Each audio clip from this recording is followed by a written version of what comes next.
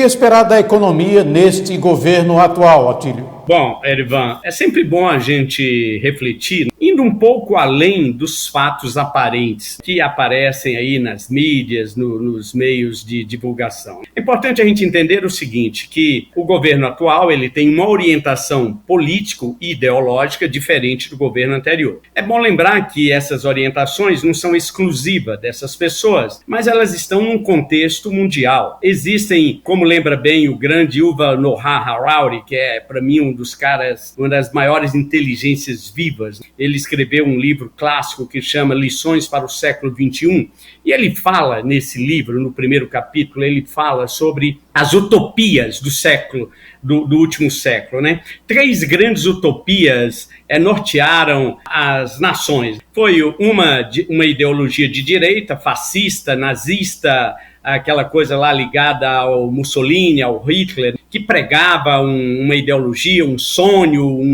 uma vida, uma visão de mundo e tudo mais. Do outro lado, no outro extremo, tinha a ideologia contrária, né, que é a ideologia comunista ligada aos países socialistas e que é um autoritarismo, se de um lado é um autoritarismo de direita, do outro lado um autoritarismo de esquerda. E tinha ainda também, né, uma outra utopia, né, que é o liberalismo, ou a ideia de que as pessoas são livres e que a meritocracia ela deveria nortear os governos, as instituições, as organizações. A meritocracia também é uma ilusão, né? Porque as empresas não são meritocráticas, a educação não é meritocrática, nenhuma das instituições, organizações humanas são meritocráticas, apenas no discurso. Eu coloco isso para a gente entender o contexto atual do nosso país, né? E essa virada que houve. Primeiro, na eleição de Bolsonaro, houve uma grande contestação ao pensamento petista e depois houve uma contra-reação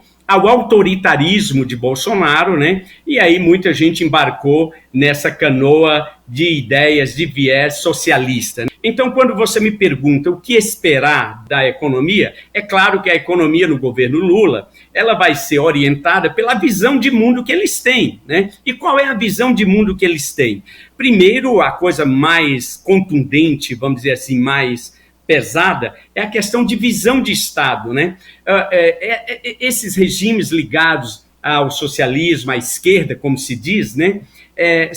Eles têm um ponto de vista de que o Estado deve comandar a economia. Então, sem dúvida que o governo Lula ele vai orientar suas decisões econômicas, nós já estamos vendo isso, né, por essa visão de mundo, que é uma visão equivocada, é uma visão fracassada, sem dúvida que as organizações humanas, até hoje, a melhor solução não é a solução estatal. Todos os regimes que se estruturaram numa organização econômica estatal tenderam à corrupção, à roubalheira, à ineficiência e tudo mais. Então, eu não estou muito otimista, apesar de que o governo ele vai ser um governo de todos e a gente torce para que o terceiro governo Lula seja um bom governo, mas pelo passado que eles têm, né, pelas ideias que eles têm, estão colocando aqui. Eu te dou um exemplo só para concluir rápido, né, que isso não é apenas uma teoria, mas, por exemplo, né, uma das primeiras medidas do governo Lula foi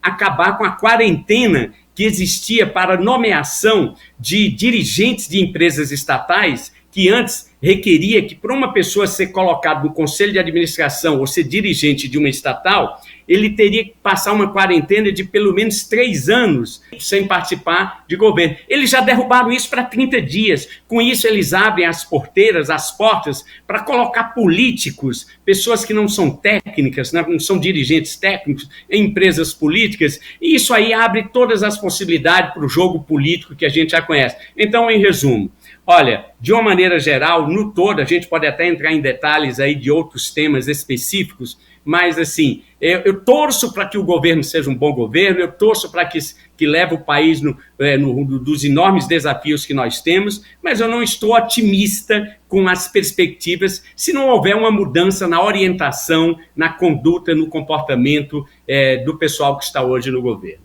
Quais são essas perspectivas e quais são, do ponto de vista econômico, e quais são os impactos concretos na vida de cidadãos comuns como nós?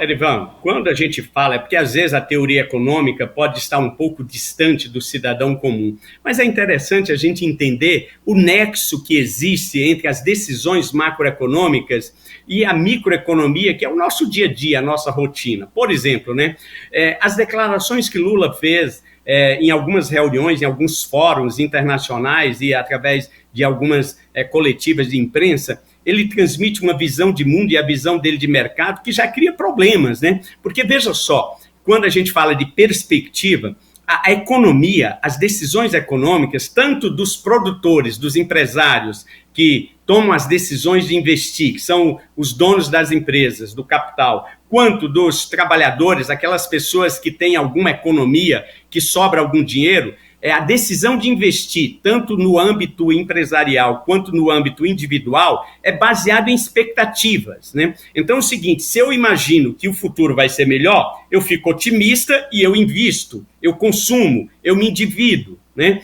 Então, quando eu tomo essas decisões, movimenta a economia. O empresário, quando ele tem expectativa sobre o futuro, que ele acredita que o futuro vai ser melhor, que é confiável, tem uma margem de segurança, ele toma a decisão de investir. Quando ele toma a decisão de investir, comprando máquinas, capital, veículos, mobiliário, contratando gente, gera emprego, gera economia. Então, é fundamental entender as expectativas. Por que isso é importante? Porque quando o Lula faz uma declaração de que o Brasil gasta pouco, não tem esse negócio de gasto público, de teto de gastos, é coisa de banqueiro, é coisa de gente rico. Então ele cria uma narrativa onde ele coloca as pessoas, é bonito o discurso, né? Que é um famoso discurso pelo social, porém, o que acontece? Cria incerteza nos agentes econômicos. Então, o que acontece com isso? O mercado financeiro começa a ficar nervoso, porque se eu tenho uma expectativa de que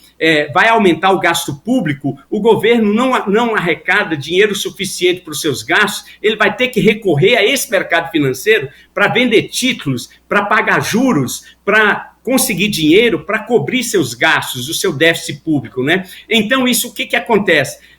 Os agentes econômicos, superavitários, aqueles que têm dinheiro, eles começam a exigir uma taxa de juros mais alta. Quando o governo... Então, veja só como tudo começa com a expectativa. O governo cria uma instabilidade na economia, as pessoas ficam inseguras, cria uma expectativa negativa, isso gera quem tem títulos e quem pode, né? Muita gente vende os seus títulos e migra o dinheiro para o exterior. Hoje nós vivemos num mundo globalizado, onde a Bolsa de Valores, o mercado financeiro que ele tanto detesta e azucrina, né? Mas o mundo depende disso, está globalizado. Uma mera decisão, esses agentes econômicos transferem suas aplicações para outros lugares, para o exterior, e isso aumenta juros, aumenta dólar. Sabe qual é a consequência para o cidadão comum? Aumento de juros, aumento de dólar é aumento de inflação é aumento de preço aliado com aumento de juros, cria mais dificuldade para os empresários manter suas atividades econômicas, manter suas empresas, perde emprego, perde renda, e o que acontece? Inflação, juros altos e perda de emprego, aumento de inflação, aumento de juros, perda do crescimento econômico, e gera toda esse imbróglio, né, que a partir de uma mera expectativa, e é por isso que muitas vezes o cidadão comum não entende quando fala essa coisa de expectativa, que o mercado fica nervoso. Ora, se o governo não transmitir uma mensagem de segurança, de confiança, cria toda essa situação aí que você viu,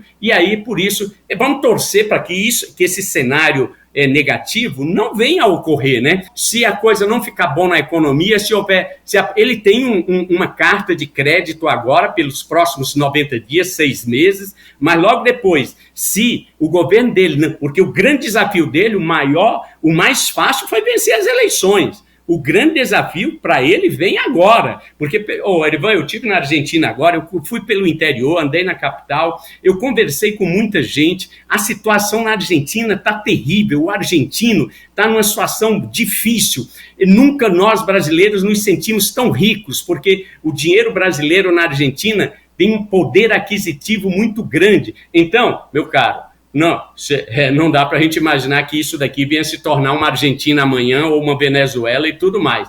É isso que a gente tem que ficar, nós como cidadãos comuns, medíocres, que não temos poder, que não entendemos de nada e vemos só as coisas acontecer lá por detrás dos bastidores. Mas assim, a gente tem que ficar atento, observando o movimento, para ver como que essa coisa aí vai continuar.